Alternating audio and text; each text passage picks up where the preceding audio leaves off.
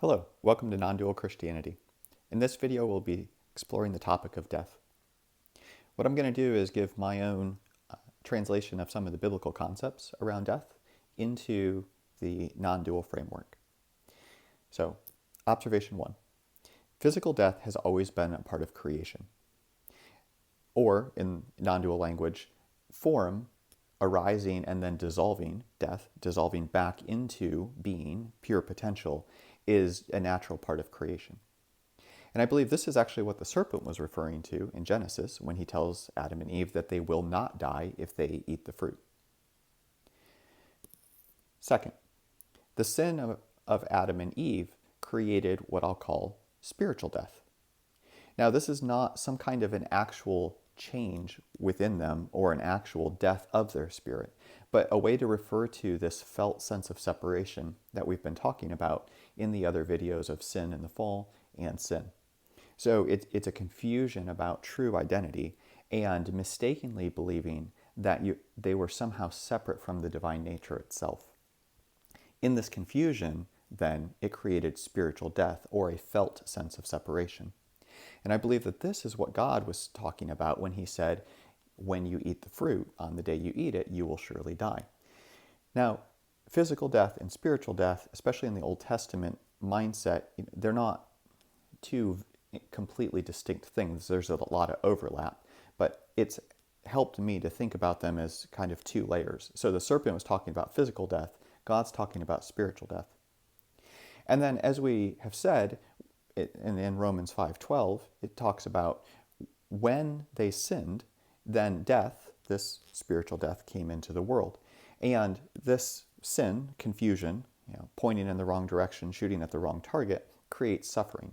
So in the Bible, in 1 Corinthians 15:56, talks about the sting of death being sin. We see now the relationship between the two.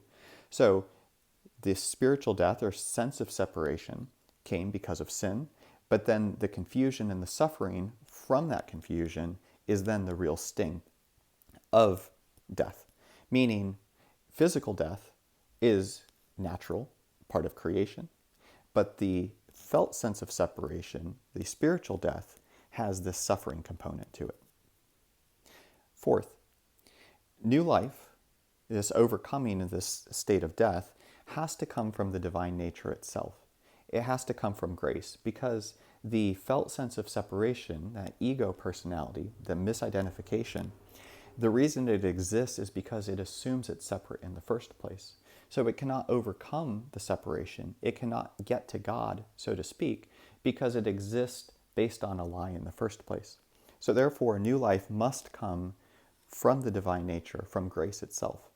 And this is one of the reasons why the Bible talks so strongly about God's opposition to sin, his wrath, his anger, because it's this movement against this lie, against this felt sense of separation that's not true.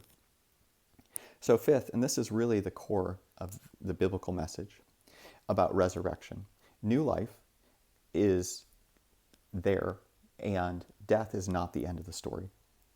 So in 1 Corinthians 15, Paul talks about these transitions of forms, from a perishable body to an imperishable body, from a natural body to a spiritual body. This perishable body is one reason I would say physical death has always been part of creation. And I believe what he's talking about there is, there could be this change of forms, right? One form could dissolve, but you persist. And I think he's talking about this you on two levels. One, that perhaps in some way your unique vantage point as compared to my unique vantage point, which is how we currently experience the world in our default state, is in some way going to persist even after physical death. So that some part of you will actually continue. And the death of who you think you are is not the end. And that perhaps even that death act is a wake-up call or an ability to see behind the curtain in a way that is not normal for us in our current form. This resurrection is also speaking about a different layer, and that is your own divine nature, which cannot die. So, of course, it persists because it cannot be separate from itself. It is being itself, so it can't even cease to exist in the first place. Therefore, the biblical message and the even proof of that message by Christ's resurrection, spoken about in 1 Corinthians 15, is really that there's kind of, I believe, two things happening. One, trying to tell people that they are the divine nature itself. Therefore, there is no death as far as ceasing to exist. There is no lack of unity. You are what you always hope to be and will always be that. However, and this is the second layer of the message, if you are still stuck in that false belief that you're separate, you will exist through death. There is new life for you. So even if the full message is not understood, there's still grace in the hope that death not being the end imparts. And that's really the beauty of the Bible's message around resurrection. Death is not the end. In some ways, it is just the beginning. Thank you for exploring this with me today.